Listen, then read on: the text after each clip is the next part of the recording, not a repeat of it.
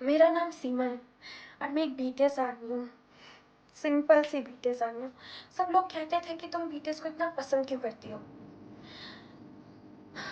मैं बस मुस्कुरा कर कहती क्योंकि उनका म्यूजिक दिल को समझाता है। एक दिन मुझे सियोल के एक बुक कैफे में वॉलंटियर बनने का मौका मिला। ऑनर ने हंसते हुए कहा, बस एक बात याद रखना, यहाँ रोज एक लंबा सा कस्टमर आता है जो बुक्स देखते देखते कभी कभी अपना फोन ही यहाँ पे भूल जाते हैं। मैं हंस पड़ी। मैंने ऑनर से पूछा, वो कौन है? ऑनर ने सिर्फ मुझे मुस्कुराहट दी और थोड़ी देर बाद कैफे का दरवाजा खुला। मैं देखने लगी कि कौन है बाहर और अंदर आई आर्यन। अचानक मेरी सांसें रुक सी गई। मैं इतनी नर्वस हो गई कि वेलकम बोलने की जगह कह दिया गुड ब्रेकफास्ट। आर्यन कुछ पल चुप रहे, फिर जोर से हंसने लगे। ब्रेकफास्ट इतनी जल्दी? मैंने कहा, सॉरी, मेरा दिमाग रिबूट हो गया था आपको देखकर। आर्यन बोले, कोई बात नहीं, आज से इस कैफे का ऑफिशियल ग्रीटिंग गुड ब्रेकफास्ट ही रहेगा। हम दोनों हंस पड़े। हर हफ्ते वो कैफे आते थे। कभी पोएट्री की किताब पढ़ते, कभी नेचर फोटोग्राफी की किताब पढ़ते।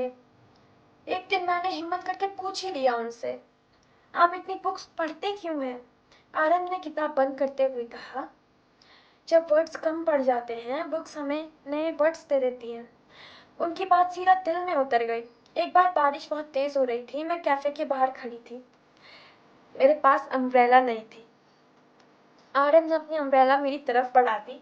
मुझे भीगने से प्रॉब्लम नहीं, लेकिन तुम्हें सर्दी हो गई तो कैफे में गुड ब्रेकफास्ट कौन बोलेगा?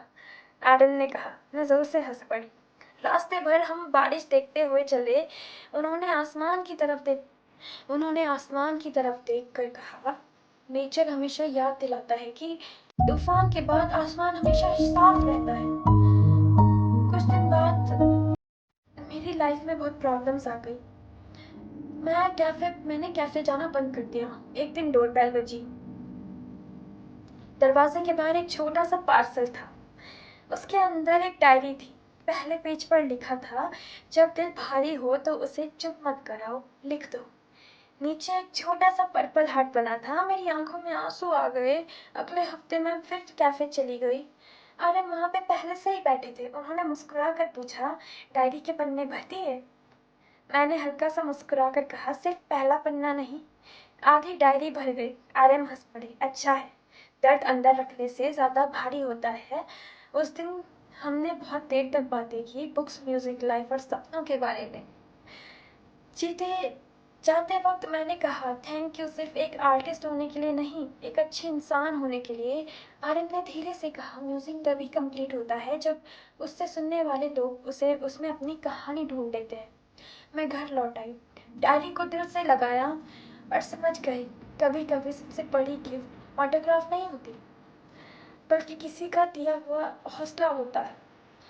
उसी दिन के बाद जब भी मुश्किल आती, मैं डायरी खोलती और पहले पेज पर लिखा वो शब्द पढ़ती, जब दिल भारी हो लिख दो। और फिर मेरे चेहरे पर एक मुस्कुराहट आ जाती। बुरा है।